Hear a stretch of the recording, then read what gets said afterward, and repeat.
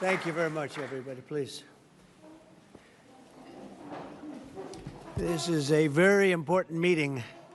We had a lot of important meetings today, but this is a big one because this is really the future of, I think, beyond college sports. This is the future of colleges because we're looking at numbers that are coming in and the amount of money being spent and lost by otherwise very successful schools is astounding just in a short period of time. It's only going to get worse.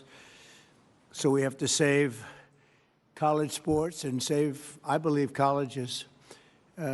We have to save our Olympic team because so many sports that are in the Olympics will no longer be represented by people that went through college and became competitive, became great at the sport.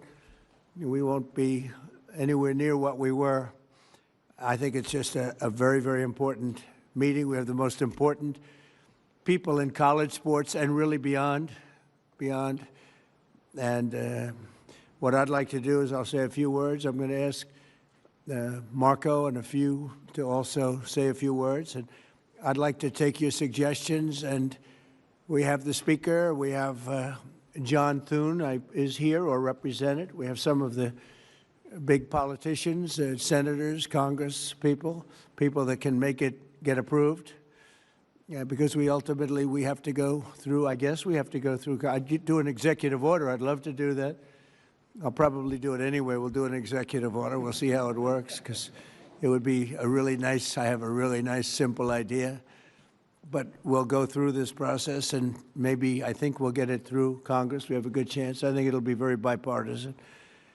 And I just want to thank you all for being here as we stand up for one of America's greatest and most beloved institutions. It's called college athletics, which is true, means so much. I want to thank Secretaries Marco Rubio, Scott Bessent, Doug Burgum, Howard Lutnick, Linda McMahon for being here, and also Speaker of the House Mike Johnson doing a great job, Governor Ron DeSantis, Senators Ted Cruz, Eric Schmidt, Leader Steve Scalise, Representatives Lisa McClain, Jim Jordan, Brett Guthrie, and Lori Trahan. Thank you all for being here. We have some great people. Condoleezza, thank you very much. I see you over there. Great to have you. Great to be with you. A very special welcome to New York Yankees President Randy Levine, friend of mine for a long time. I used to sit with George Steinbrenner in the box. It was one of the most difficult days of my life. I would always be, he liked me, I liked him, but we both liked very few other people. And we had a good time. We won a lot of games, right, Randy? We never lost. We never lost, actually. And a great champion of college athletics, former, as I just said, Secretary of State, a woman who's really respected, Condoleezza Rice. Thank you very much again, Condoleezza.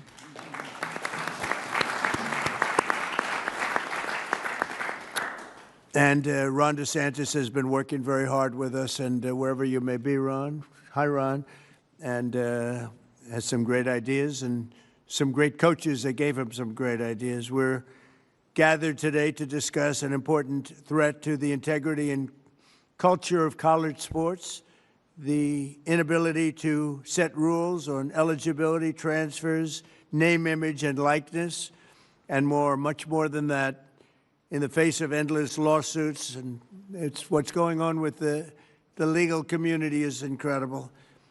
We had a lawsuit a couple of years ago by a radical left judge from California who decided, knowing nothing about football or college sports, that everything was illegal that was taking place. And I don't think it was ever appealed. Nobody can find out if it was appealed or not. But you can win an appeal. I think I win more cases on appeal than I do in front of some judges that are not very good. But it was a horrible, incredible ruling.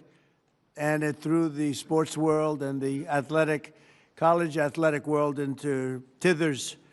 And that's where we are right now. It's crazy things are happening. Young people are being signed, 17-year-old quarterbacks, for $12 million, $13 million, $14 million. We have a 7-year freshman You know, we have people, we're seeing things that we've never seen before.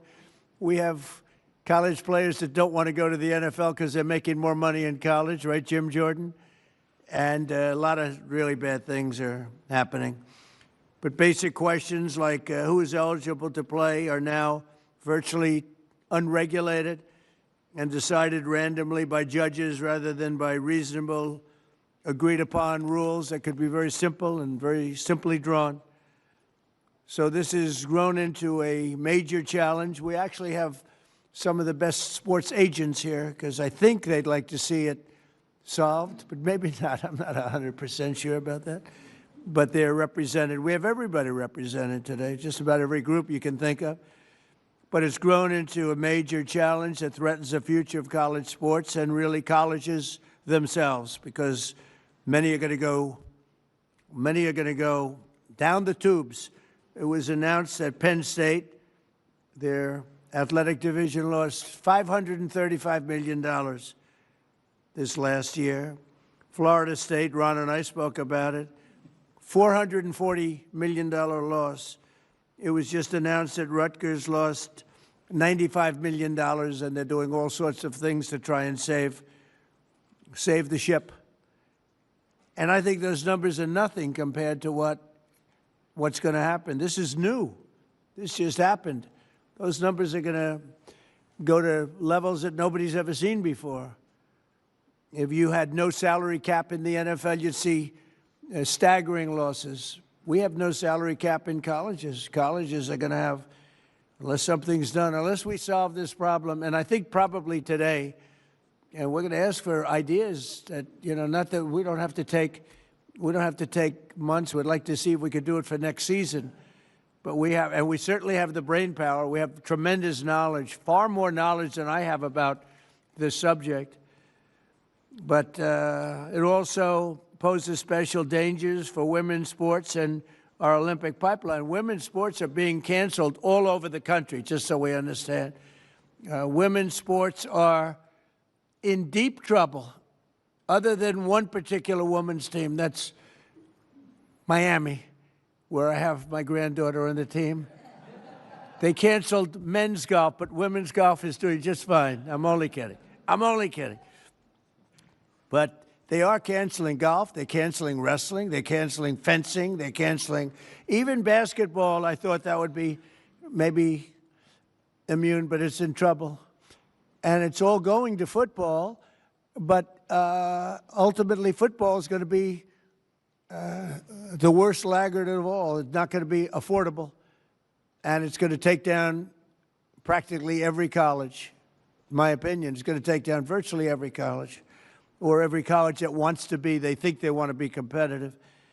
Under the current system, educational institutions find themselves in a financial arms race for athletes in sports like football and basketball, and both of them, but basketball is being hurt very badly. It's being dominated by football. Last July, I signed an executive order to stop destructive pay-for-play schemes that are all over the place and keep college athletics rooted in the traditions that made it great.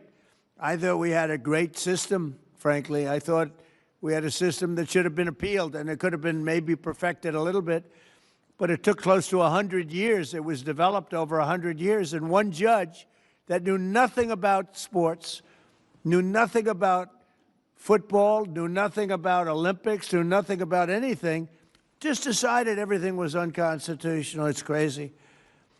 But only Congress now, it looks like, can deliver a permanent fix. So, Speaker, you and John and everybody else, including Democrats that are represented very strongly, we can hopefully get it done.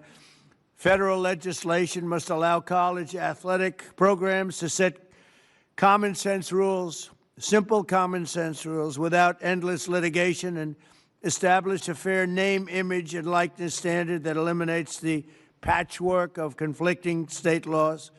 That's the other problem. All of these colleges, they're all in different states, and all the laws are different. So you got laws that are totally different, some one way, some an entirely different way, while allowing the full spectrum of college athletic programs to thrive. It should thrive. If Congress does not take action fast, it could destroy college sports and destroy the colleges that play these sports. They'll be destroyed. They'll be going bankrupt, everyone, so many of them. No other nation in the world has built a system that develops champions in classrooms and on the field, producing Olympic heroes, professional legends, and the leaders of tomorrow all at once. I thought the system of scholarships was great. What do I know? But I thought it was great. And just one of those things. I was with Nick Saban the other day, and, you know, his timing is exquisite. He played and he won and won and won. And when he saw this thing, he said, I'm going to get out of, I'm not doing this anymore. He's around here someplace. Where's Nick? Where are you, Nick? Right? Now, he doesn't admit this. I said, how come you left just, he didn't want to go through one season? Because there's no better mind at this than that man. And he looked and he said, what a shame, what a shame. And he's going to speak about it. And I think you have some very constructive ideas, Nick. I think so. No other nation in the world has built a system like this. It's so good, and we've thrown it right out the window. And I'd like to see you go back to something maybe resembling that, and maybe pay for each player. Not such crazy pay, but just pay for each player. With every player, maybe the quarterback and the third string lineman making the same. But you're going to tell us about it. We're going to try and get it passed. Our goal is not to go back to the days where student athletes were never allowed to receive any compensation, although not the worst idea, but I think a lot of people would overrule me on that. But we must pass reforms that protect the cherished American tradition of college athletics for future generations. So I look forward to hearing from a lot of you, and I think a few of you are going to say a few words, and then we'll get to some ideas. And I don't know, maybe by the end of a long session, if we need it, I'm here as long as you need me. They came to me, they said, you're the only one that can do it. I said, oh, thank you very much. I said, really, because I'm president, okay, to be honest. But we have certain abilities, and we'll see if we can get it done. So I'll ask in this order, Marco, you'll say a few words, and then Speaker Johnson, Randy Levine, Nick Saban, Charlie Baker, the Governor Ron DeSantis, and Greg Sankey, Sarah Hirschland, and Pete Bavacqua. And they'll go pretty quickly, and then we'll hear from some of the people. And we may have something come up that's somewhat of a miracle. There's an idea out there, and somehow it's going to have to be arrived at, because there's no way this system will allow colleges to, in my opinion, will allow schools to live financially. It's not going to happen. So if I could, I'll ask Marco, you can start, and then Speaker, and then we'll go through the list, and then we'll take some ideas or questions, all right? Thank you very much. Marco. Thank you, Mr. President. And I'll be very brief. The first is, I think you've already touched on, and that is what a unique institution college athletics is to the United States. Very few countries in the world actually have something like what we have. And it's not just unique, it's really important. A lot of people don't see some of the aspects of it that are so positive. The first is the student-athlete experience. There are literally thousands and thousands of young Americans who are going to graduate this year with not just degrees, but advanced degrees, and athletics made that possible. And the athletic support and the academic support that they're receiving from these schools is extraordinary. So there are kids that literally would not have gone to college or may not have considered it, and certainly not the advanced degrees, without the help that this provides. Also, the development of the individual that student athletics provides. I mean, look, if you can show up at 6 a.m. in the morning every day for a lift, you're learning one of the most important lessons in life. 95% of life is showing up where you're supposed to be on time. These are extraordinary lessons that people are gaining. Two more things that people don't think about: unity. Few things in America unify us anymore, and one of the things that does is college athletics. In particular, I can just, the experience of a Saturday, and I was about to say a Saturday in the South, but I don't want to discriminate against the other conferences. I'm sure it's true there too, where communities get together and people don't agree on anything else except that they want that home team on the field to win. And it's one of the few unifying experiences we have as a country, and it's so critical. And the last you touched on as well, Mr. President, this is the feeder program for our Olympic teams. Without it, there is no feeder program. Other countries have structured it differently, but the way we have it in our country is so unique in that way. We all know the challenges, and what this system now needs is a system of rules and regulations, of guardrails, so that everyone is operating under the same rules.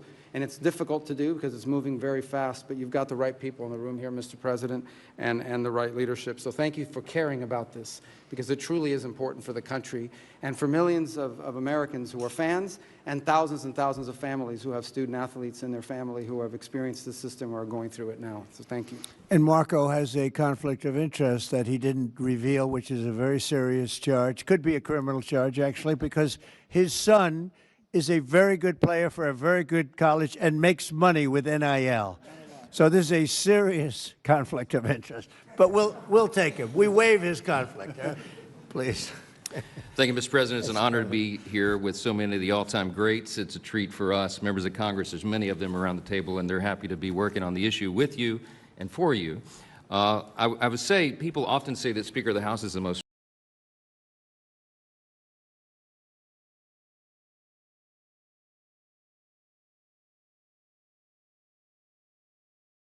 stressful job in the world, but then I think of SEC football coaches because they got to win every Saturday night, and my friends who are in those positions I have a lot of sympathy for. I want to commend President Trump for his extraordinary leadership, and he leads on this important and complex issue as he does all others. He sees a problem, he wants us to solve it, and he assembles the right people to get that done, and I think he really is the only figure on the planet who could do that. So I thank you for that, Mr. President, getting everybody together. One more issue that we'll tackle. I'm a double alum from LSU, undergrad and law school, so I bleed purple and gold, and we talk a lot about college athletics down where I'm from. It's a big thing, but the whole country cares deeply about it because it's part of Americana, as Marco was saying. It's part of who we are as a country, and it's so important, and we have to navigate through these unprecedented waters together. I'm glad there's some really smart people who are working on that. Mr. President, Congress does need to act quickly because it's getting out of hand, and I think everybody here recognizes that. I want you to know the House has been working very deliberately and I think very effectively on this. We've done a lot of good work, and many of you are familiar with the SCORE Act. We passed an important procedural hurdle in December.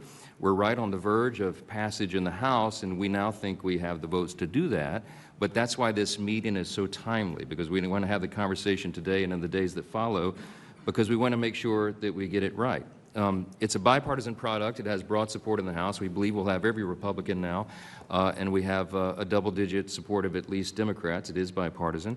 A lot of good work's gone into that to get it there, and we think it may be the vehicle to get us to the next phase of this and this essential conversation. But the next step is preparing that legislation for final passage. So I was talking with Randy and many of you who are leading on this. This is a very important and timely conversation that we'll have today, and I said in the days that follow. We're encouraged to see all of you, the experts who know this issue better than anybody in the country, willing to put your time and effort into it and provide feedback, because we want the final product to be the best it can be. We want to accomplish the necessary ends, and we think we're very close.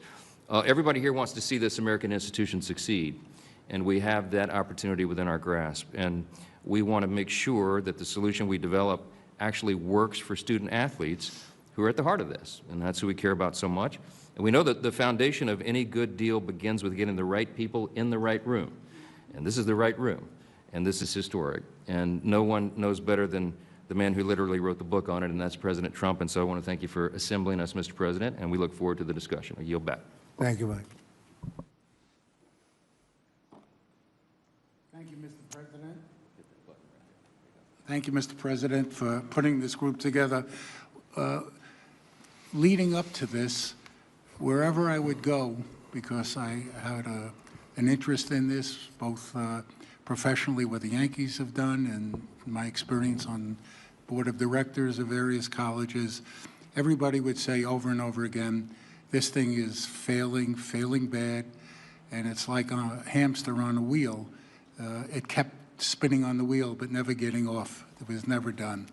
And they told me, please talk to the president, because he's the only person who will convene a group like this in order to reach a consensus to get it done. And he agreed to do it. But he said to me, if I'm going to do it, it has to be bipartisan. And he asked me and the speaker and everybody else to make sure it is bipartisan.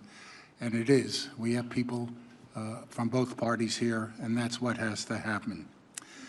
So we put this group together. Why did we put this group together? Because it's representative of the people who know the best on how to solve this issue. We have college presidents who've been living with this from all over the country. We have some of the finest athletic directors who have been pioneers in this area. We have professional sports executives. Why do we have them in the room? The answer is, as Commissioner Silva would tell you, or Hall of Famer Lou Lamoriello, these issues have been in professional sports for a long time. We have a lot of experience. I negotiated the first revenue sharing agreement in baseball. Caps, revenue sharing, distribution, all of those things are what we live with every single day. So maybe we can share our experience and transport it here as long as it's in the context of college sports. There's one group that is missing, but they won't be missing from the final product, and that's the student athletes themselves. This group, as we move on, you can be assured we'll be talking to the student athletes and all their representatives to make sure their voice is clearly heard. You know, time is of the essence. People have told me they've been to Congress 15, 16, 17 times. One group goes in, the other group goes in, and nothing seems to get done. Time is of the essence. Besides the numbers the president talked about, I heard a story from one of the great professional athletes on the Yankees, one of our great players yesterday. And he went to a great university, and he said to me, "Thank you for doing this, because every day I got asked for more money for NILs, every single day." And what happened is I gave money for an NIL for a quarterback who left the next year. Meanwhile, a friend of mine, daughter is on the rowing team, and she lost her scholarship, and she's an Olympic hopeful, and now she has to pay her own way. That's just not right. It's really not right, and it has to be fixed. So, Mr. President, thank you for bringing this group together. I think they're really, just for discussion, we'll hear from everybody. I think there are really two things to add on to what the speaker said that have to be done. One, there has to be an antitrust exemption, because everyone in the room has to be able to talk to each other, all the conferences, the schools, the presidents, everybody, without getting sued. That includes the kids. They have to be involved in these negotiations, the student athletes. And there has to be an entity that's set up by the people who are going to administer this, run this, that are empowered by the legislation to handle all the issues the president spoke about. And we're all here to support that, to help that. And to make sure that it's just not business as usual. Just an idea I have is maybe that antitrust exemption lasts for 2 years to make sure that these rules and everything are really being enforced. And if they're not, we go back to square one. It'll give the Congress oversight, give the president oversight, but it's time to move. And Mr. President, I couldn't agree with you more. Thanks to your leadership, we got to move this really, really fast. We have ESPN and Fox here. They're probably the biggest payers in this entire thing, and the fact that they're here and their voice is heard is great. So, Mr. President, only you could pull this off, and we're grateful. Thank you very much. Thank you very much, Randy. And Nick Saban, please. Thank you, Mr. President, for the chance and the opportunity to be here to speak with you today, but I just want everybody to know that I'm just a football coach. I spent my life when we had the ball trying to get a first down, when they had the ball trying to get off the field on third down. So this is an unlikely position for me to be in to speak to such a distinguished group of people. Thank you. But I come here today with a question. What are the guiding principles for the future of college athletics, all athletics? I'm talking about football, basketball, Olympic sports, revenue, non-revenue, it doesn't matter. You know, my goal as a coach for my players, for our players, was to help them be more successful in life, that we would create an atmosphere and environment that would help them through personal development, academic support, 668 degrees and 17 years at Alabama, and help them develop a career as a football player. That was our goal, so that they were creating value in life and we were preparing them for their future past athletics. So what happened? You know, in this current system that we have, that became impossible to do because people, instead of making decisions about creating value for their future, they were making decisions about how much money could they make at whichever school they could go to or transfer to. So I think we have a challenge here today about the ramifications of this current system on how it helps players be successful in their future and how we can impact and create a system that will help and preserve the opportunity for student athletes to be able to have success in their future beyond athletics. So we need to develop an effective system of revenue sharing, authentic name, image, and likeness, authentic being you have marketing value, which now we have collectives, which just create opportunities, which just become pay for play. Eligibility issues where we have guys playing 6, 7, and 8 years. So you have 25 and 26-year-old people playing against 18 and 19-year-olds, which is not healthy. Transfer rules, we have over 4,000 people in the portal. Fans don't like it, support groups don't like it. It's not really healthy for players in graduation to transfer several times in your career. You really put yourself in a pickle in terms of your ability to graduate. So I think we need to come up with a system, and we obviously have to do it with the President's leadership and also with Congress probably, whether it's antitrust legislation or whatever it is, to allow student athletes in all sports, including women's and Olympic sports, to enhance their quality of life while going to college, but still provide opportunity to advance themselves beyond their athletic career, which is what the philosophy of college athletics and getting a college education has always been about. And how much does anybody talk about getting an education anymore? Nobody talks about it at all, which is the most important thing any of these student athletes can do in terms of enhancing their future. So thank you very much. Thank you very much, Nick. Charlie Baker. Well, thank you very much, Mr. President. I especially want to thank you for putting me in the lineup after the most legendary college football coach of all time. And I really want to thank you for your interest in this issue and your commitment to it. And I also want to thank you for the work that your administration has done on a number of different issues, working with our team and with many members of the folks who are in this room today.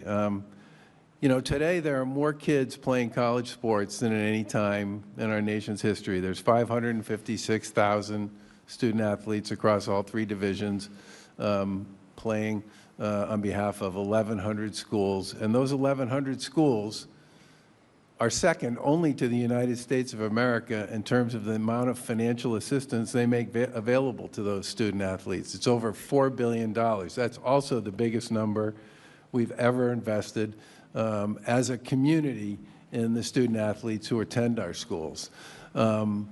There is a lot that is right with college sports, and anybody who watched the Women's Olympic Championship game between Canada and the United States would know that, among other things, all of the players on both of those teams were former college student athletes. All 46 of them from both teams that played in that championship final.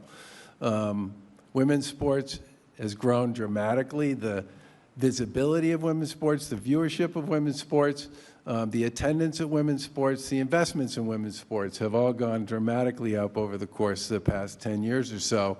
And if you talk to almost anybody who follows youth sports, they'll tell you that the growth in youth sports on the women's side continues to be profound. But that said, everything everybody has said about the challenges we face at this particular point in time is true. And I want to give a special thanks to Speaker Johnson and to Leader Scalise for the work that they've done, you know, to use a sports analogy, carrying the ball on behalf of the SCORE Act in the House chamber over the course of this year. It deals with the rules issue, it deals with the agents issue, it deals with some of the financial issues, it deals with the equity question, it deals with a wide variety of the issues that are challenging for so many in the college sports space these days. And the final thing I'll just say, we have, I talk to a lot of people who are connected in one way or another to college sports,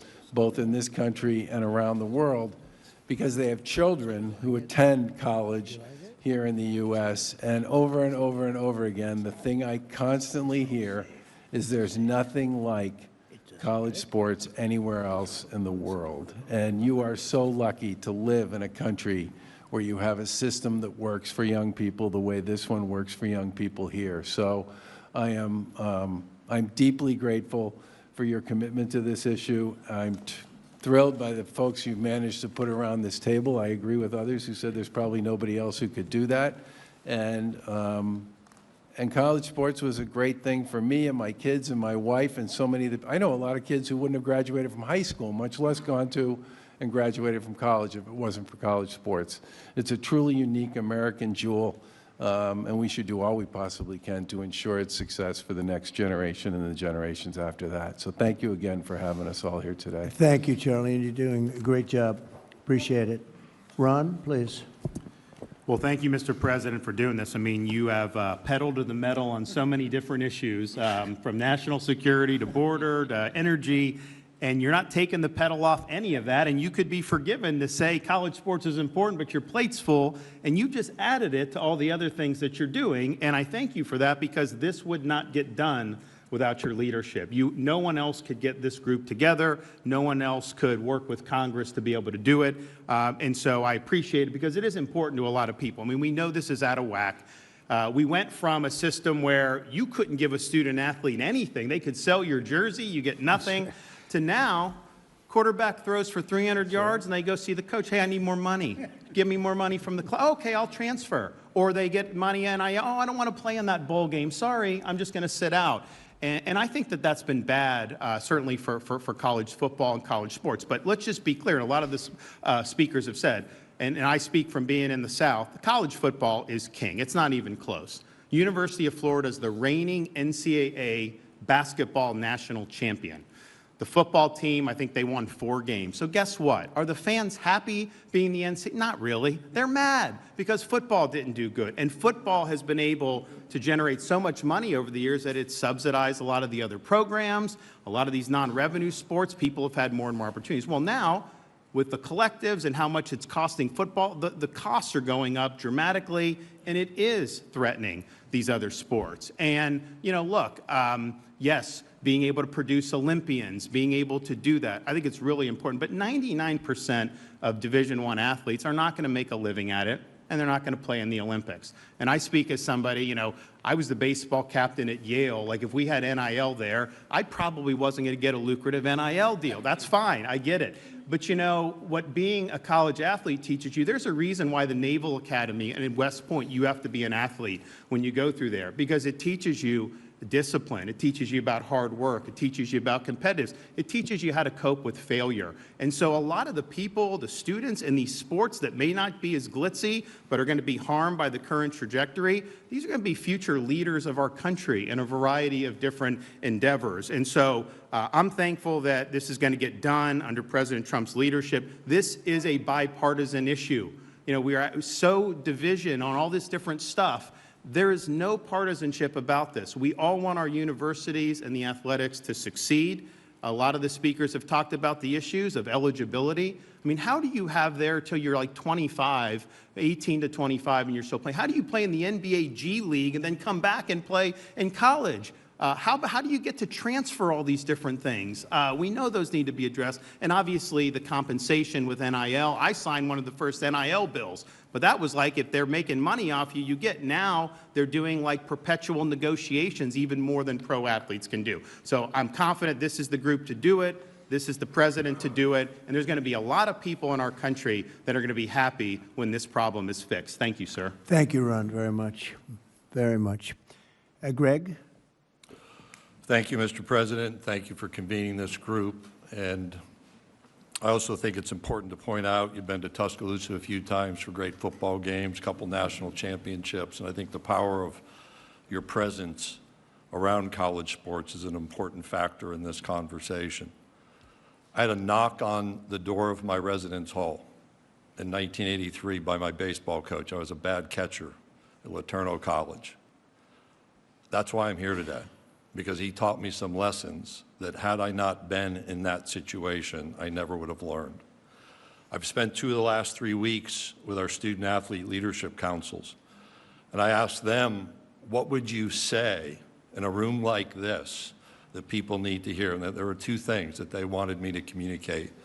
One is, when I line up at kickoff, at tip-off, or I put my cleats in the starting blocks at a track and field meet, I want to know the other people in other uniforms from other teams and other states and other campuses are held to the same standards and the same rules to which I am being held.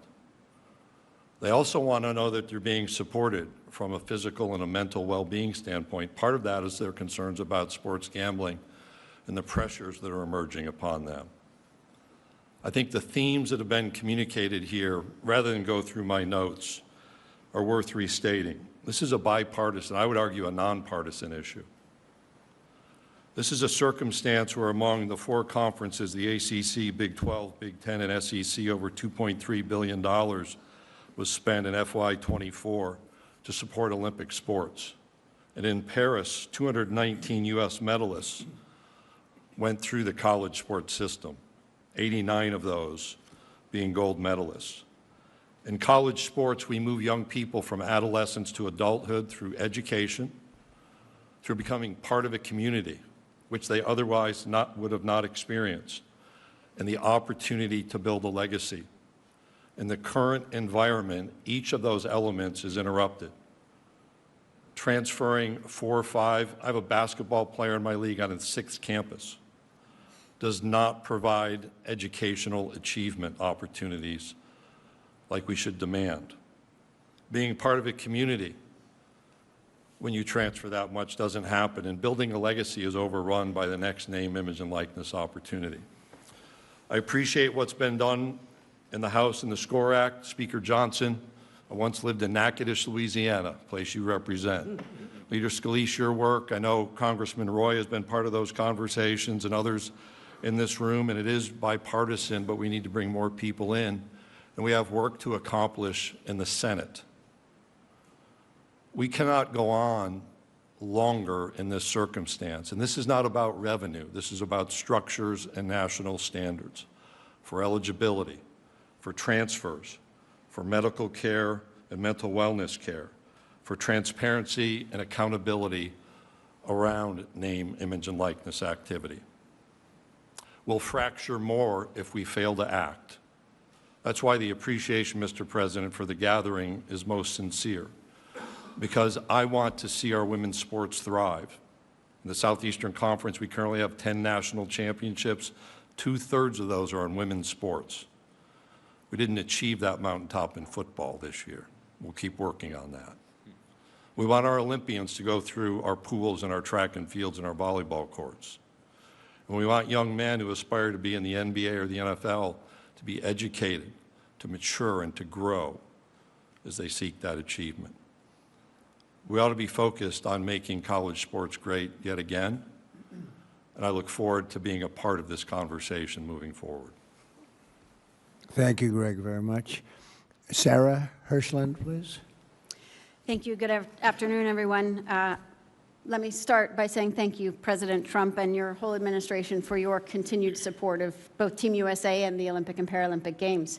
I'm proud to be here today to represent Team USA, and I will say it is no surprise to anyone in this room that we are the greatest sporting nation in the world.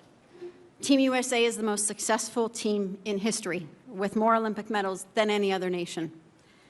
One of our competitive advantages is the education-based sports system our country has embraced for more than a century. America's colleges and universities built a world-class athletic system that develops the whole athlete, academically and competitively. This system is the envy of the world, as we heard Charlie say. It has also been the backbone of Team USA for generations. The results speak for themselves. You heard Greg reference some, and I'll just expand.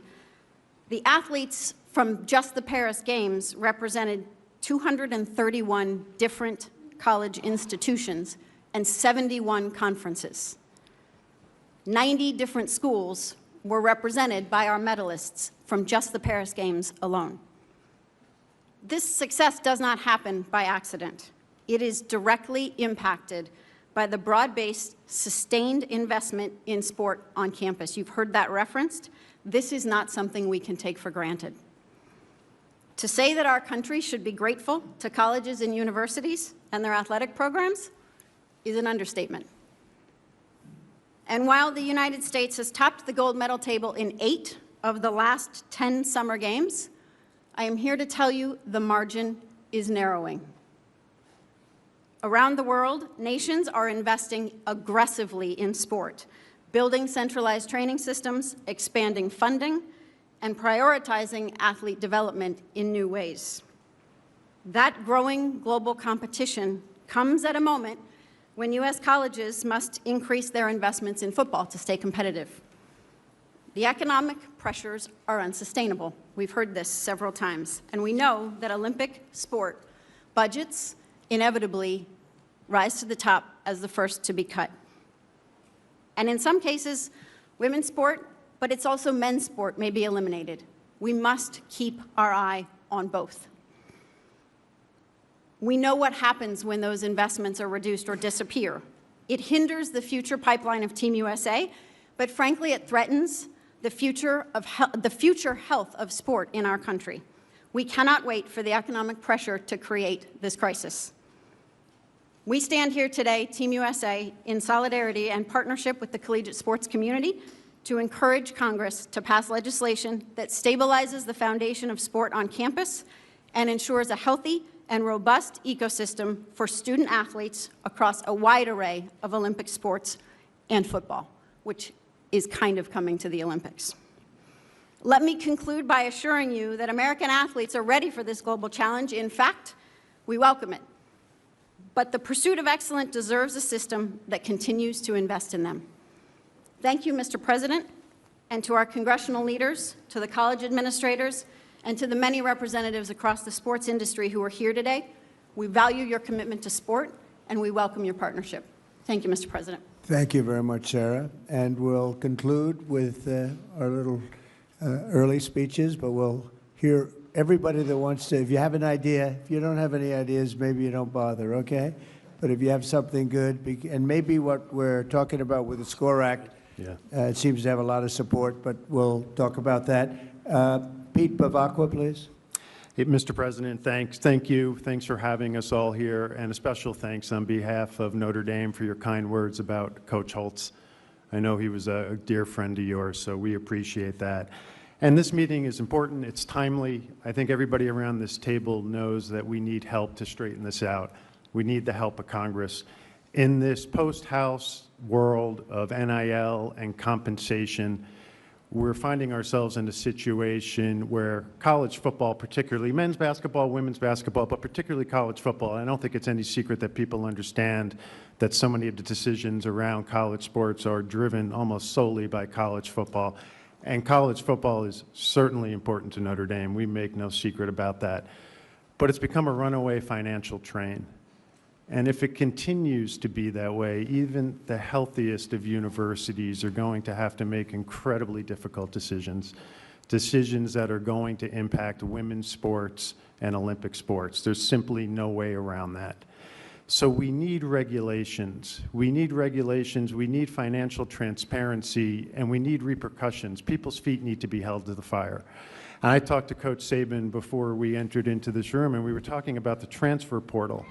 And Greg mentioned it as well, but when you have young men and women going to 3 schools in 3 years, 4 schools in 4 years, the student athlete, and they're student athletes, they're not just athletes, and we're forgetting the academic part, we're forgetting the student part.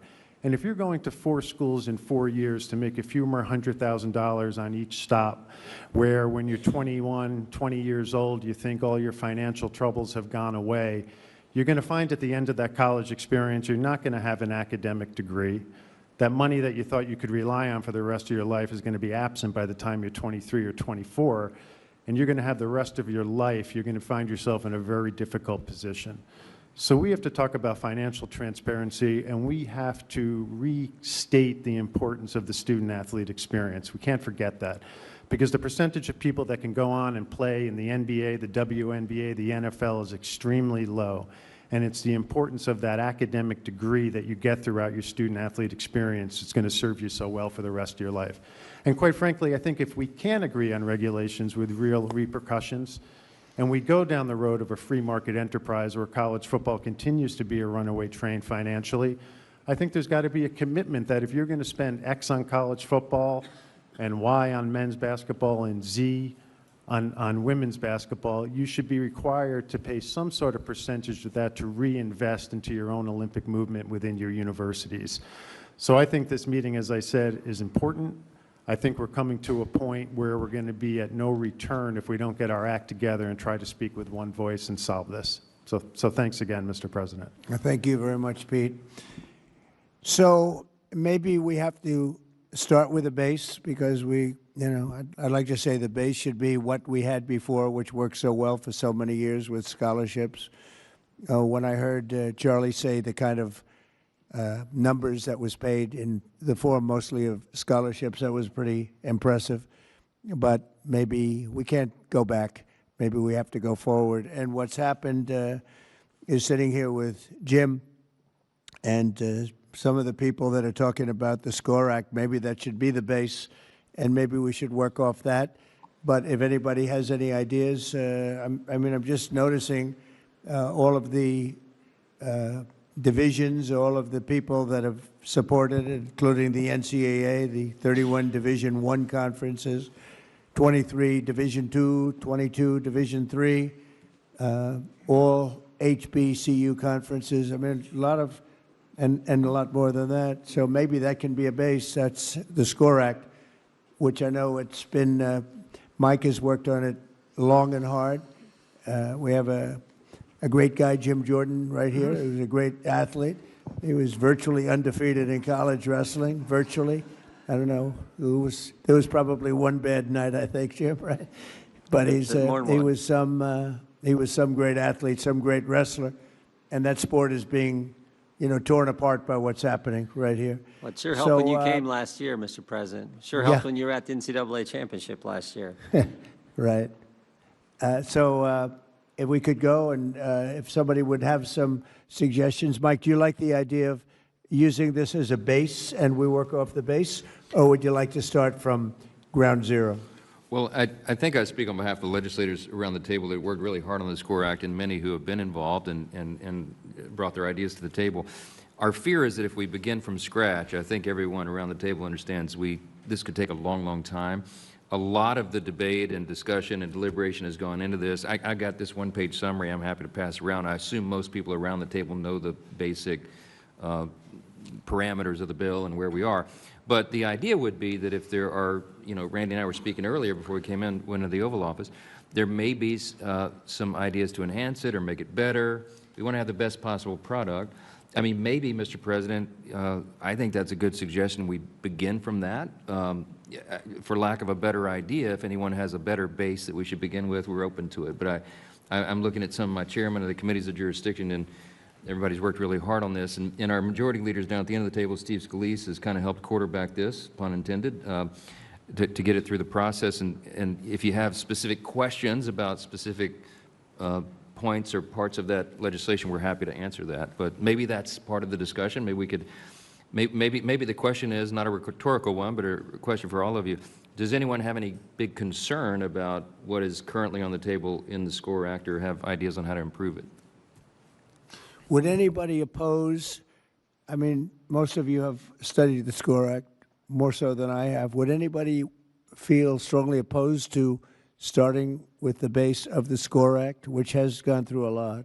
You would oppose it? Go ahead. Well, first, I'm Lori Trahan. I represent Massachusetts and appreciate being invited to this today. And I'm really happy to hear you talk about women's sports in particular. I played Division I volleyball at Georgetown. That's changed my life. And so really have spent a lot of time on college sports. And I think I'm the only Democratic legislator in the room. I'm not going to pretend to speak for all of them, but I do think we want to solve college sports as much as everyone here. I think one of the issues that we had with the SCORE Act, I look at this as we've got some revenue issues and governance issues. The SCORE Act, in its codifying the House settlement, really hurts women in Olympic sports. We've already seen a number of programs cut across the country. So I think we do need a revenue mechanism to save and protect. One, strengthening Title IX has to be part of the SCORE Act, as well as ensuring that we are funding those programs. I mean, look, I'm also a mom. I've got a college athlete, son who played lacrosse. I've got another daughter who hopes to. Sports is the lifeblood right now. People are they're playing sports at record levels at the youth league. If this is any time we should be expanding opportunities for sports, it's right now. And I think one thing that the SCORE Act represented, it was just a consolidation of what we have today, which is the SEC and the Big Ten. No offense, Greg and Tony, but all the money really is going to those two conferences right now, and we need to address the revenue issue. I know there's been some proposals as far as modernizing the Sports Broadcasting Act. That could be one. I'm open for discussion on that. And then certainly making sure that we have a strong federal standard for NIL. A patchwork of laws does not work. I couldn't imagine signing my letter of intent and having to study up on every single state law and who offers what. But making sure that we have athletes' voices mandated at the table. They're not here today, so I do feel a responsibility to represent those 560,000 athletes who are not here right now, but making sure that they've got recourse if their NIL rights are violated or not upheld. But let me just say again, I would love to work, and maybe the SCORE Act is the right vehicle, that we continue to tweak so that it has a path in the Senate as well. I know that there's a lack of consensus on many of the governance issues, but we'd like to solve that with everyone here today. Thank you. Thank you. Mike, you might want to respond to that. Well, there's some good points made there for sure, and I think everybody has the same intention as we want to protect women's sports as well, and I got two daughters. I would be remiss if I didn't acknowledge that. But with regard to the patchwork of state laws, as many of you probably know, the SCORE Act addresses it because it creates a national NIL standard, and then it allows the associations the authority to make rules on transfers and compensation caps and the things that are really burdening the system. And then it protects those rules from being challenged under antitrust laws. So we create an exemption there for that. So I think there are a lot of thoughts gone into how to address it there. But I mean, again, we have no pride of authorship here. We want to have the best possible product. So, I mean, the authors of the bill are open to good suggestions. So, yield back. Anybody, please? Yes, Steve? Thank you, Mr. President. I appreciate you bringing everybody together, because I think we're all here because we have a passion to protect college sports, and we've recognized that with this wild, wild west mentality, it's not healthy for the future of college athletics. And so bringing structure back and really bringing the ability for the schools to govern themselves again is what our intention was from the very beginning. We started this a few years ago. I remember Coach Saban came to my office and others, and we started listening to the people that are there at the schools dealing with the problem as payment of students became legal, which happened through legal arguments that, Mr. President, you talked about, some of these lawsuits that ultimately broke down the framework that Charlie Baker and others were able to use to police college athletics. That's gone now. And so how do we put that structure back? So we listened to the schools, we listened to the different conferences, all the different conferences. We talked to a lot of student athletes. We have a number of student athletes in Congress who played different sports, who are co-sponsors of the SCORE Act, and came to this from that same approach, saying, as somebody who played athletics or somebody who just has a passion. I lived in Tiger Stadium my second year at LSU. You know, in case you're wondering where my leanings are, but I care about the future of college athletics. And when you see a student athlete, as you talked about, Pete, on their sixth school and they're 28 years old, number one, they're not going to have any college credits to be able to graduate. And the idea of being able to get a degree for the 99% who aren't going to play professional sports is just going to be lost. And how can you reestablish that? So we started putting some things together. We have the antitrust protections in this bill. We protect women's sports in this bill. We established, Mr. President, that Title IX maintains so that however many men's sports you have to have an equal number of women's sports. Some schools have a lot of sports. Some schools can only afford a few, but whatever you have to have an equal number of women's sports, and that's protected in this bill. And obviously, the Olympic sports are protected as well. We also wanted to make sure you could put limits on the transfer portal, because that is something that a lot of people get very frustrated when they see, that you just have pure free agency. The professional sports don't even have that. And so you limit with, and again, open to suggestions, but what everybody seemed to come to an agreement on was 5 total years of playing with 1 ability to transfer within that. And there's flexibility by the governing organization, so the NCAA can look at a case by case. If your father's on life support and you want to transfer to a different school to be close to your family, you can get an additional 1, but let the governing body be able to do that again. We put those in the bill, and then we give the financial literacy requirements so that student athletes have more protections that they currently don't have today. You might be getting that $300,000 or $2 million contract. You might not even know you have to pay taxes on that. And you might run into some real financial problems if you're a 17, 18-year-old kid. We make sure the schools educate the kids on financial literacy. So we put a lot of other things, including health protections, as Commissioner Sankey talked about. So we listen to students, we listen to schools, we listen to all the conferences, all the HBCUs support this bill, and we built a framework and we built a coalition.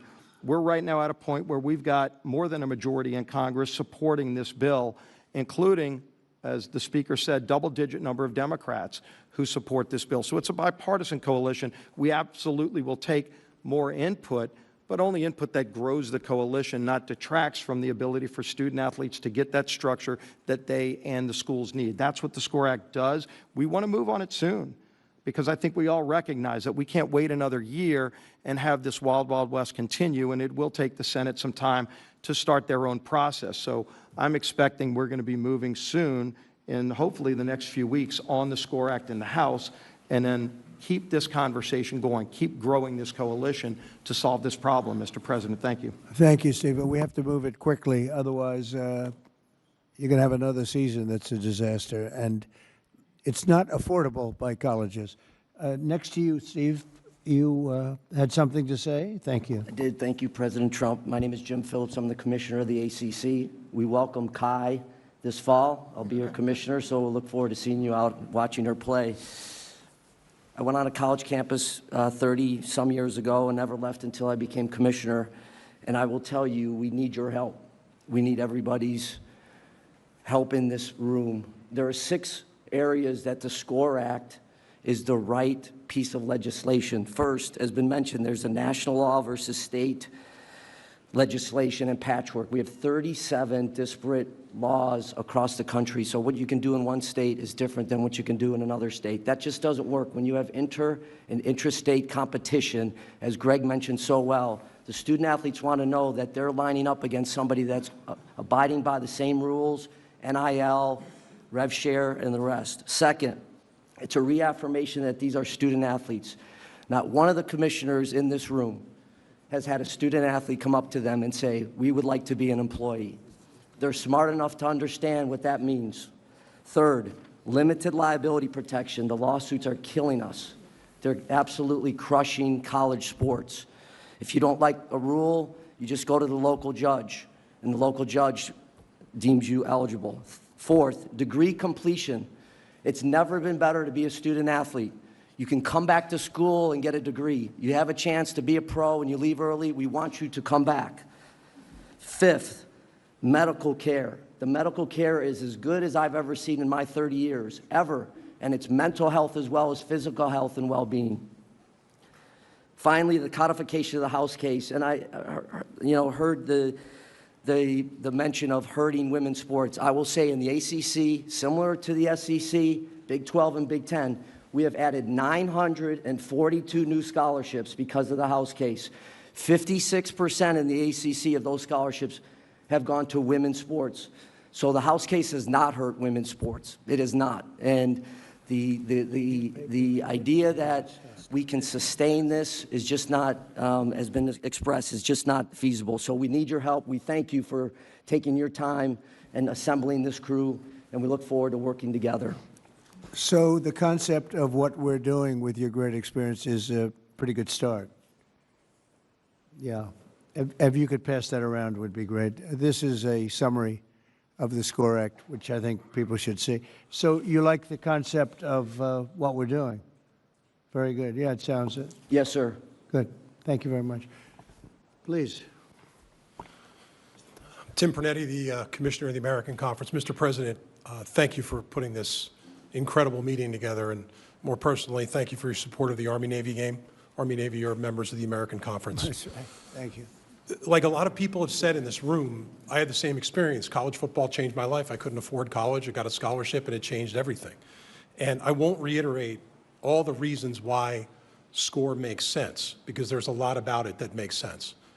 But what we have to remind ourselves, and there's a lot of business people in the room, is we're not solving the economic crisis as part of it, because we are in a real economic crisis in college sports. Like, we have complex challenges. The mission is completely out of focus. This thing was about education through sport. That's what it was supposed to be, to what Coach Saban said. It still is that, so long as we put it back in focus. But we can get through SCORE, create more consistency, because the industry has a lack of consistency from eligibility all the way down the line. But we have to examine other ways to solve the economic crisis. And these things shouldn't impede each other. And I know it is a very hot-wired topic, but looking at the opportunity for the industry to bring together valuable commercial resources in the future, such as unifying their media rights, is something that should be examined. And we're not making that decision today.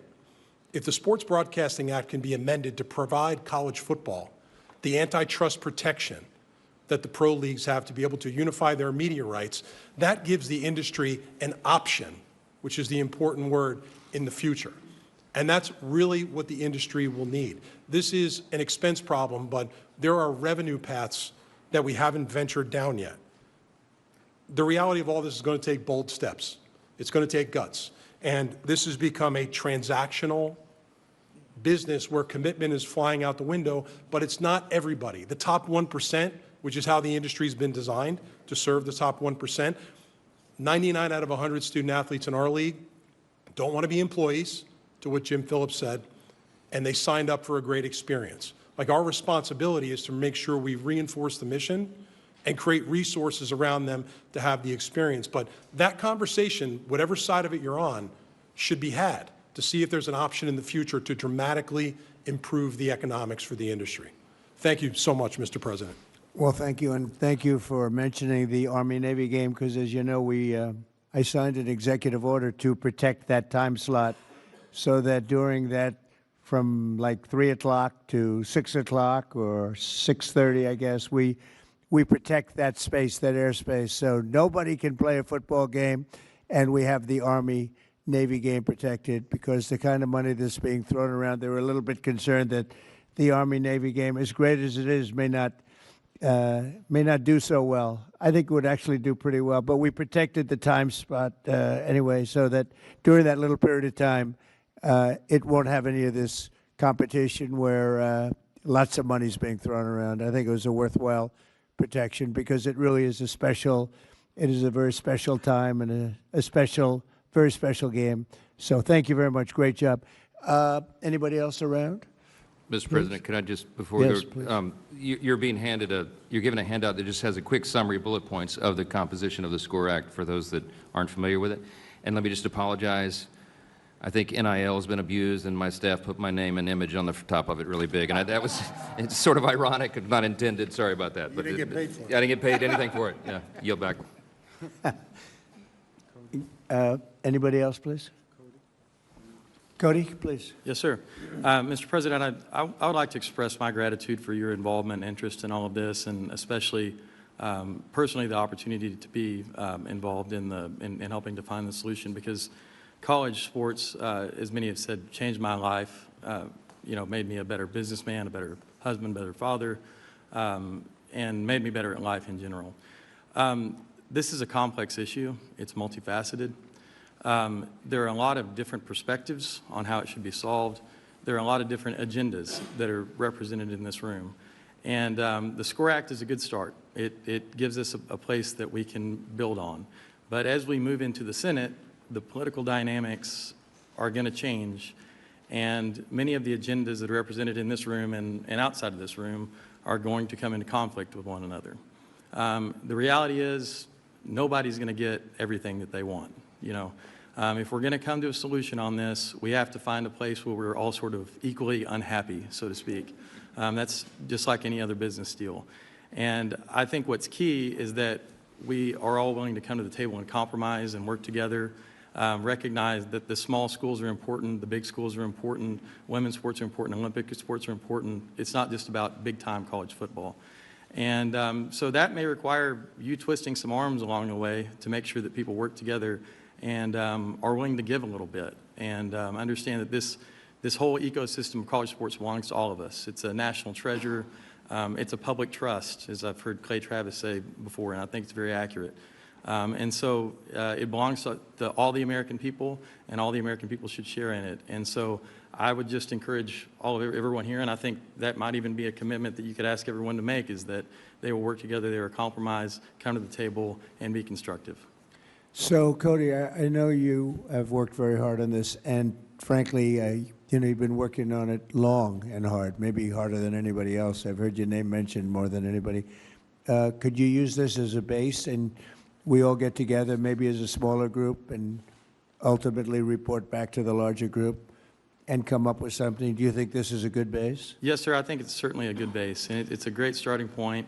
Again, the dynamics will be different in the Senate, and we'll have to build on it from there. And again, a lot of these tougher issues are going to come to the surface once we get there. But absolutely, we should convene a smaller group that can work on those things and work on the compromises that need to be made to be able to have a bill that can get 60 votes in the Senate.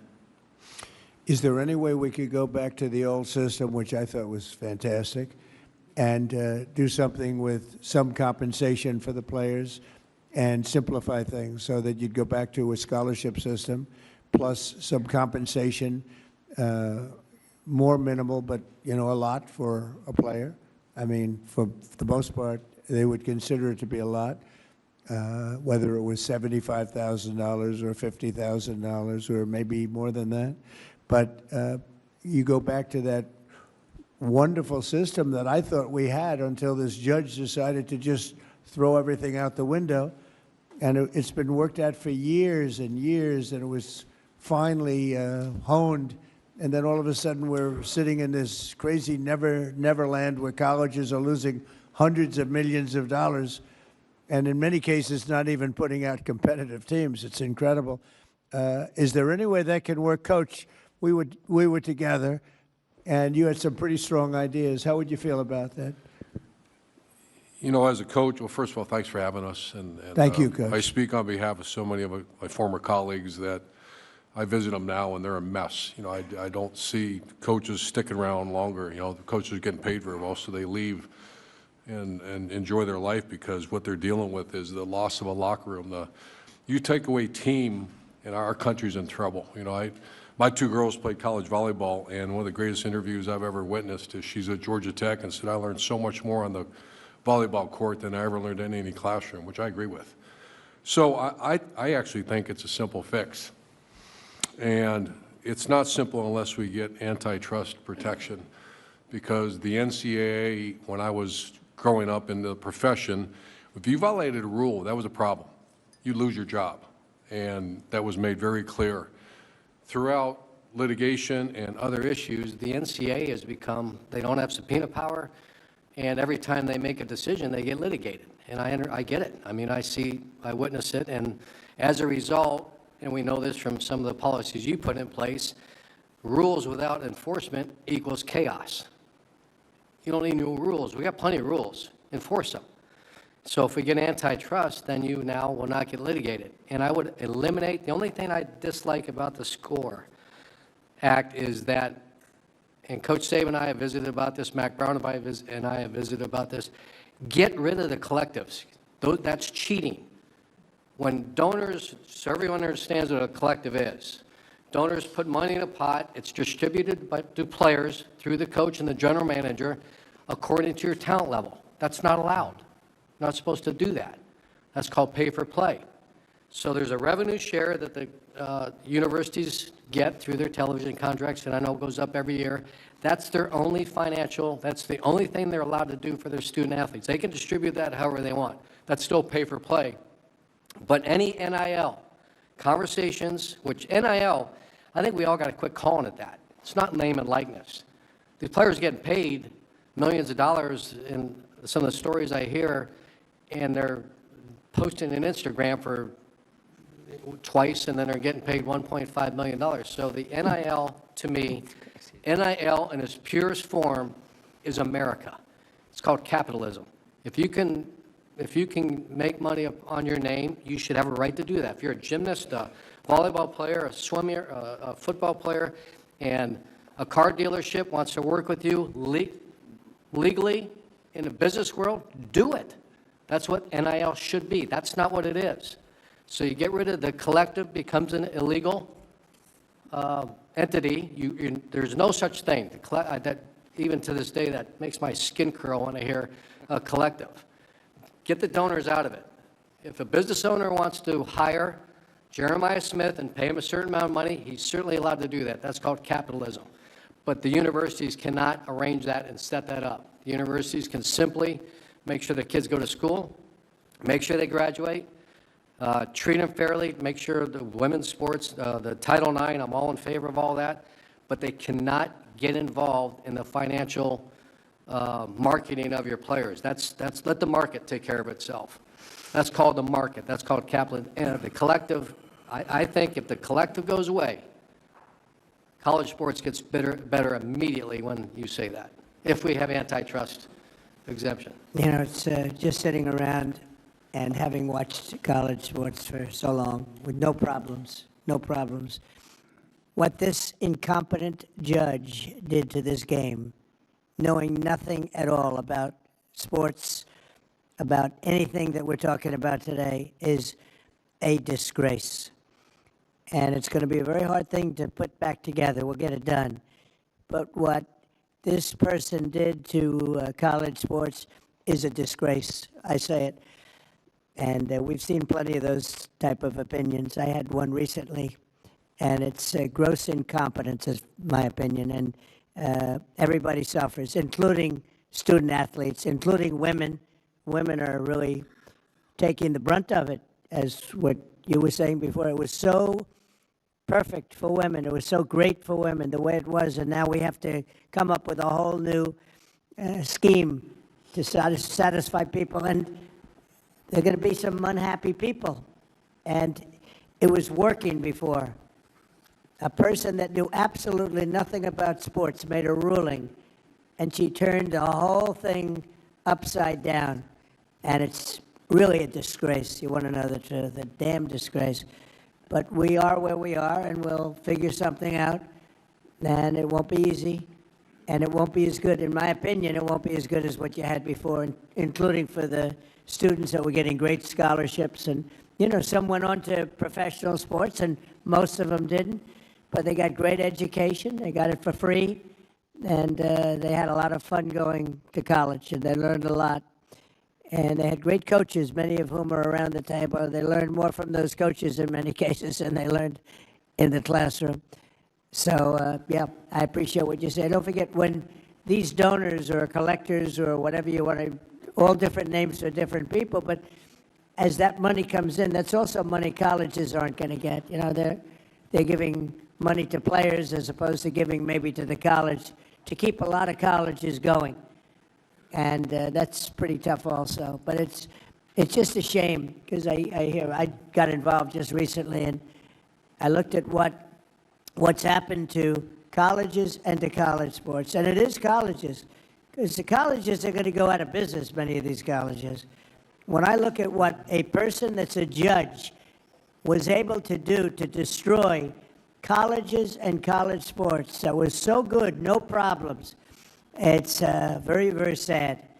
And in some ways, I'd like to just go exactly back to what we had and ram it through a court if we have to, because I'm not sure you're ever going to come up with a system that's comparable to what you had. And, you know, in life, you like to get better, not worse. You like to go forward, not backward. No matter what you come up with, you've gone backward, a long way backward in many cases. Mr. President? Yeah, please. Mr. President? Hi, Ted. I want to thank you and echo the thanks for bringing this group together. And I want to in particular underscore the urgency that we have heard around this table. College sports is in absolute crisis. Every single week, we're seeing another program being canceled. We're seeing another women's team being canceled. We're seeing Olympic teams being canceled.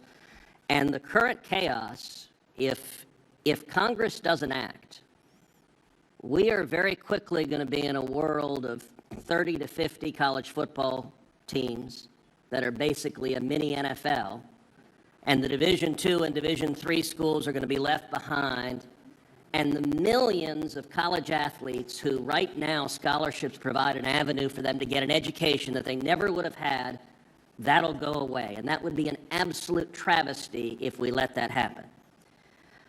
I will say, several people around this table said this is a bipartisan issue and we have bipartisan consensus. I agree it should be a bipartisan issue. But it's worth speaking realistically. The challenge is simple. You asked about the SCORE Act. I think the SCORE Act has many good elements. I think it is a very good first step. But the challenge is for this to be passed into law and put on your desk, we need 60 votes in the Senate, which means we need at least 7 Senate Democrats. Right now, there are 0 Senate Democrats who support the SCORE Act. I've spent the last 3 years negotiating with Senate Democrats on this issue. And I will say for some time we have been, to use a football analogy, at the 2-yard line, but not able to push. And there are interest groups on the left, in particular trial lawyers and unions, that have resulted in Democrat senators that are actively lobbying against the SCORE Act and don't want to see legislation passed. And so my hope, there are a lot of people around this table who care desperately about college sports. My hope is that you speak out to Democrat senators and urge them, let's come together and solve this together. And I think a solution, part of a solution needs to be on the cost side, and I think part of the solution should be discussing and looking at the revenue side. I think both of those are important parts of a solution. There are a number of Senate Democrats who care about this but have not quite gotten to the point of getting to yes. That's the single biggest challenge, and I think the collective voices around this table adding to the urgency that if we wait another year, if we wait another 2 years, the programs in your state are going away and the students in your state are losing their scholarships, and it would be an absolute travesty if we let that happen. Mr. President. Thank you, and I want to underscore that sense of urgency on the Senate side. I do think there's a growing number of senators that do understand that if we're here a year from now, we're in a much worse place. If we're here 2 years from now, college sports looks entirely different, and it would be a disaster. So I do think that growing sense of urgency is important. I appreciate you convening this. You have unique credibility on this, not just being president, but we've spent time at the Super Bowl, watching the Super Bowl, playing golf. You love sports. You have credibility on it. You care about it, and I think that authenticity matters for the leadership that we need. I do think that if we're serious about this, the antitrust exemption matters for the governance side, but I think the revenue side is inextricably linked to the success of this. If you are losing money on a football, and I'm from Missouri, we love, we're in the SEC. If you're losing money on your football program, you're not going to be able to subsidize the women's sports and the Olympic sports. So I do think that we can come together. I am hopeful and optimistic by the people who are represented in this room, and as we move forward, that we can find a solution. We have to. This is not just because we like watching sports on TV why this is important. There are lives that can be changed forever if we do the right thing. And I think you've got the right people in the room, and I think you're the right guy to lead this effort. We're here to support those efforts in the Senate. Could I ask Charlie Baker? Charlie, do you think we could come back to a solution or get a solution that was as good as what we had before, or almost as good as what we had before, or maybe better? I don't think better, but maybe. Would you say that's possible, Charlie? You're in the position to be able to tell maybe better than anybody else. Well, first of all, I appreciate the question because it's at the end of the day the one we all care about the most, which is can we create a system going forward that's better than the one we have now? And I think the focus people, the thing about the SCORE Act that everybody needs to remember here is it's a comprehensive piece of legislation that deals with a whole series of things that I think everybody would agree are a problem. The discussion, the place where the discussion gets a little more complicated is the issue about the cost and the revenue side and the implications of those two issues. And if I were to say to this group, where's the place to go, it would probably be there. And do I think if you could get that resolved, you could create something that most people would view as better than what we had before? I think you'd certainly be heading in that direction. The big thing we all have to remember here is that the way it was before, and I'm almost 70, so I remember those days quite well.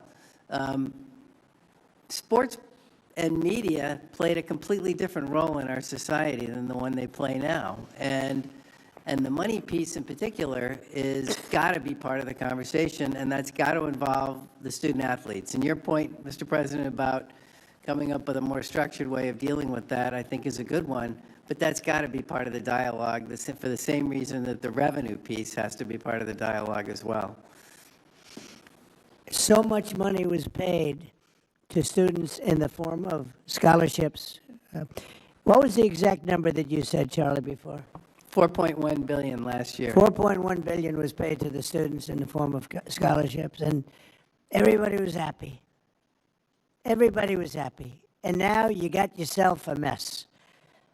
And I think you should just go back to where you have and let some judge tell you can't do it, and you appeal it up and you win at some point, because I think what you had was a great system, $4.1 billion.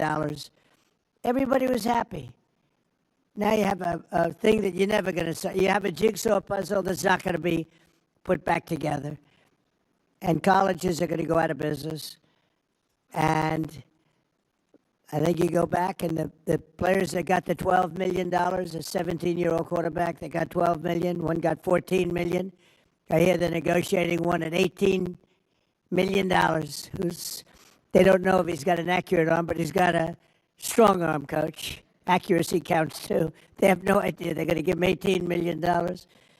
And you know what? Those guys that already signed contracts, you know what? Call that the lotto.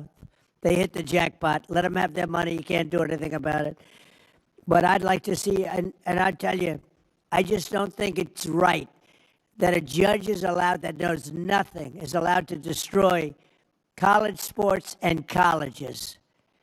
And I'd like to see you go back to where you were, enhance it a little bit through some compensation, and let them take you to court, because no matter what you do, you're going to be sued. You can do 100, you could give everybody everything, and you're going to end up back in court, and you'll probably have a judge that doesn't know a damn thing, and it's a mess. It's a mess. And I don't know whether or not that decision was appealed. Was that decision ever appealed? Does anyone know? Because I heard it was not appealed. I believe the House settlement is being litigated now because it violates. No, but was it appealed, the decision? The House settlement, I think. The original decision by the judge from California, was that appealed? Oh, okay. I'm sorry, I misunderstood. Yeah, the answer is no. It was settled because it was, I think, the third case. Why didn't somebody appeal it? The prior case, which is Alston versus the NCAA, was appealed to the Supreme Court, and the Supreme Court found 9-0 against the college position to defend the old system. So that's, I think the answer is the antitrust piece is the inherent problem in trying to create caps and limits. That's it. So the Supreme Court was responsible for this? I'm Gee, that surprises me. I'm not the one who's going to say that. I'm not bold enough to say that, but I'll at least acknowledge the process. 9-0. 9-0. Was the Supreme Court responsible for this? 9-0 and Kavanaugh supported. It's a shame. It's a shame. Yes, sir, please. Mr. President, thank you for bringing this esteemed group together. I have a bit of a unique perspective because for most of my career I was in professional sports. I became the commissioner 3.5 years ago. I found a system that quickly was defined by unlimited free agency and no salary cap, in complete chaos. I am, and representing the Big 12, we are very much in favor of the SCORE Act. I like to say it's progress over perfection. And it provides, no different than what Commissioner Phillips said, the core principles of what we need to move this thing forward. One thing that we didn't discuss so far today was athlete protection rights, which is obviously part of the SCORE Act. And there's a component there about regulating sports agents that we need to really look at. Now, I know we have some agents in the room, and I have a lot of respect for that industry. But right now, they are taking full advantage of our student athletes. Usually in the NBA or the NFL, it's a 3 to 4, maybe 5% commission. In some cases, they're charging over 20. We talked about the portal. Most agents are pushing our student athletes into the portal, and the recent numbers show that over 40% don't even find a home once they get into the portal. And because they're being pushed into the portal, and Mr. Sankey said it earlier, they're losing credits towards their degrees. So we have a problem on our hands, obviously, and I don't believe in perfection. I do believe in progress, and I think the SCORE Act is a great first step for us to move forward. And on behalf of the Big 12 Conference, we are all in favor of it, and we'd like to see a sense of urgency. We need something done soon, because if not, you know, our university is going to suffer, our student athletes will suffer, and we need help.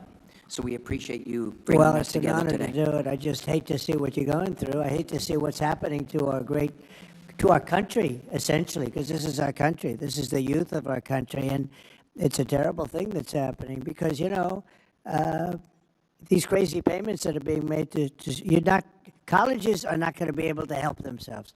Just like the NFL owners would not be able to help themselves if they didn't have a cap. But you have a much bigger problem than a cap. And you have a complexity problem. And you have a problem where women are being thrown out of sports, like at levels never seen before. And you're going to have other things that come up that nobody's even thinking about right now. And you're not going to be able to solve these problems. You're just not going to be able to solve these problems. You know, Ted said something before that the Democrats, I think Eric was alluding to it, but you have a lot of Democrats in the Senate that I hear are opposed to almost anything.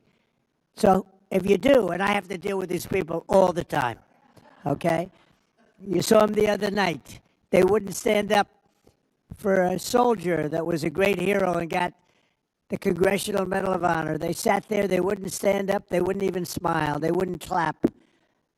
For a woman that lost her daughter whose throat was slashed, they wouldn't stand up. They sat and they didn't stand up, they didn't do anything. And we have to deal with these people. But Ted, you said that there are 7 Democrats that will not vote yes. Eric, you know the situation better than almost anybody in the room, except maybe me. I have to deal with it even more than you.